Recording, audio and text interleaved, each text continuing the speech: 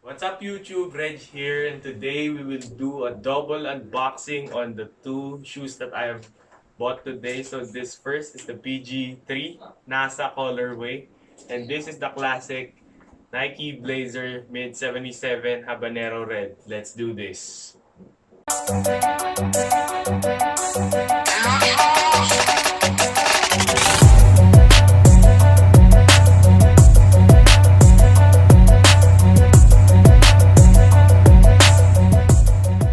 So guys, kapag di pa kayo nakasubscribe sa aking channel, please do so. Hit the subscribe button nandiyan sa baba. Tapos nandiyan may notification bell nandiyan sa baba, okay? So, dalawa yung unbox natin today. So first of all, we will unbox this one. This is the new PG3 Paul George 3 sneaker with a collaboration of NASA. So yun, nakuha ko lang siya kanina. So yun. So, itong ano na to, itong shoe na to, this is the third silhouette dito sa Paul George sneaker line, PG1, 2, 2.5, and 3. So, ito yung napaka-minimalist tong pair na to. So, titignan natin kung ano yung nasa loob dito. Okay. Una natin titignan first yung uppers niya. So, yun. Unbox muna natin. So, papakita muna yung box. Ito. So, yung box niya is very special. So, parang nag-mimic siya sa mga planets or yung ano. Kasi NASA nga, di ba? Ayun, o. So, yun. Nakalagay dyan sa gitna, Paul George 3. Nike swoosh dito sa other side. Yan. Tapos PG logo. And then, size tag. Size 10.5. Unbox lang po natin. So, yan. So, napaka-typical lang yan. Wala namang iba dyan. So, paper lang lahat. Boom! So, yan. So, titignan muna natin kung ano yung nasa ano niya. So, aesthetically. So, compared dun sa ano, sa previous models ni Paul George. So, medyo minimalist itong pair na to. Kita-kita nyo naman, wala masyado siyang design. Yung maano lang talaga sa kanya, yung popping na kanya is yung colorway. So, yun. So, titignan muna natin yung shoe. So, yung uppers niya. So, yung upper na ito. So, gamit niya mesh. Hindi siya tulad nung PG2 na meron dito sa gilid, sa heel side, medial lateral side na meron accents of synthetic leather or suede, depende sa model na yun. So yun, they detach lahat materials. Tinanggalan nila yung yung mga extra TPU materials para makashed ng ounce ng weight niya ng 1 ounce sa weight ng sapatos niya, okay? So yun. Tapos, ineliminate nga pala nila yung booty construction dito sa loob. So, dun sa PG2 2.5, meron siyang internal booty construction. So, gamit nila ngayon, parang, detached yung tongue. So, mas maganda to sa mga wide footers kasi detached yung tongue. Mas madali siyang pumapasok yung sapatos, yung paa mo dito sa sapatos niya. Saka gamit niya yung napaka-padded na napaka-padded dito sa gilid na ankles niya. Maganda yung padding niya. So, tsaka tanggal na nga pala, detached, wala na nga pala yung pull tab dito sa likod. Just like yung PG2, meron siyang pull tab, tinanggal nga pala dito. Tapos meron siyang internal heel counter dito sa likod. Built-in siya sa loob, so it provides yung stability and support dito sa shoe na to, especially sa heel. And then, tinanggal nga pala nila yung strap na nasa PG 2.5 kasi yun naman yung parang flow ngayon ng PG line. Yung PG2 wala siyang strap, PG 2.5 may strap, so malalaman naman natin, di ba, na matatanggal yung strap sa PG3. So tinanggal yung strap dito sa PG3, naglagay sila ng free-flowing or free na synthetic wings. Hindi siya katulad nung PG2 at PG 2.5 na may adaptive fit lacing system dito sa wings niya. So, gamit nila yung synthetic leather na wings dito. Mismatching siya. Opposite sides, dito blue, tas dito red. Okay? Yan. Tapos, dun sa midfoot nga pala, sabi nila dito sa midfoot, mas maganda daw yung based on the research na mas maganda daw yung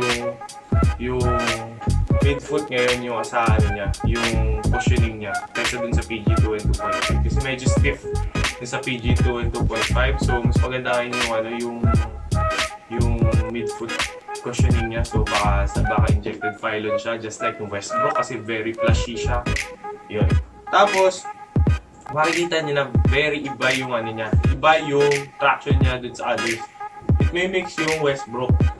Why not 0.2 na mga ano siya, mga bilog-bilog or suction cups. Sabi kasi, syempre, di ba, nasa yung, nasa collaboration yung Suso. Sabi nila, it mimics yung mga footprints na ginagawa ng tao sa moon. Pero, yun nga pa, multi-directional nga siya na puro mga circles just like yung Westbrook 0.2 or Why Not 0.2. Kung di pa kayo nakanood sa Why Not 0.2 na review ko, watch it down there, lalagay ko sa description box. Okay? Tapos yun nga yung isa yung nandun pa rin yung bottom loaded or yung yung protruding zoom bag na nilagay nila dun sa PG-12 and PG-3. Yun yung nilagay nila dito, incorporate nila yung technology pa rin dito. So yun. Maganda rin kasi yun kasi 4-foot zoom yun, tapos makapal kasi yung nila. So for maximum responsiveness dito sa 4-foot yung ginagawa nila. Okay. Tapos tapos na yung yung mga technology niya. So let's look into the details, more on the details naman niya. So yun nga, dun sa ilalim siya, dun sa dalawang shoe, dun sa unlock zoom or yung protruding na zoom na sinasabi nila. Mismatch yung color. Yung isa is teal, parang teal blue, tapos yung isa red naman. Tapos dito sa meron din siyang hang tag. Just like yung parang off-white, so nakalagay dito. Remove before flight yung nakalagay. So yun. Tapos meron din sa kabilang side yung mga numbers. So yung 1990, siguro naisip ko yung age ni, yun yung birth date ni Paul George. So yun. Tapos, so yun nga, nasa shoe nga siya. So sa likod, merong mga dyan, may mga logos dyan. Yung sa left side. So, sa left side ng shoe, ito, makikita nyo dyan na meron dyan nasa logo. Okay? May nasa logo dyan. Tapos dito sa right shoe, makikita niyo na may Apollo 15 na logo dyan. Okay? Tapos dito naman sa tongue, yan. So, makikita niyo dito sa right shoe, medyo na block siya ng laces. And dito yung USA flag. So, yun. And then, sa other side is the PG logo. Yun. Overall, it's a very minimalist pair. So, yun. So, I copped this kanina sa Titan, 6295. Only for RSVP or mga VIP members only yun today. So, yun. Guys, again, if you're able to cop this shoe or may makakuha pa kayong sapatos na to, I recommend going through to size dun sa mga normal footers, wide footers. Kapag may nakikita pa kayo ganito, I recommend na i-try nyo muna bago bilhin. Okay. So, hindi naman siya ganun ka-narrow, pero true to size siya. So, the next, sunod naman natin yung yung blazer. So, yun. So, guys, we'll be moving on dito sa second shoe, which is the Nike Blazer Mid 77 Habanero Red. So, tatlong variations kanina yung nakita ko sa Commonwealth, which is where nabili ko to kanina para sa Rockwell siya, meron siya nga sa Rockwell. So, yung tatlong variant siya, Habanero Red, may blue, and then may green din na swoosh. So, yun. Timeless classic nga pala tong shoe na to, kasi nga siya, actually hindi siya pang off-court nung simula niya. It's really for on-court or for basketball. Kasi nga yung yung name niya na Blazer is from the Portland Trail Blazers na team. So yun yung nakita ko yung pangalan nila. So yun. So unbox natin yung shoe. So yung box niya, Nike branding all over dito sa box. Yan. Then may maliit na dito. May maliit na detail dyan. I'm not sure. Basta tingnan mo na lang dyan. Okay? Ayan. Wala naman special din sa box. So, yun nga. So, paper. Yan.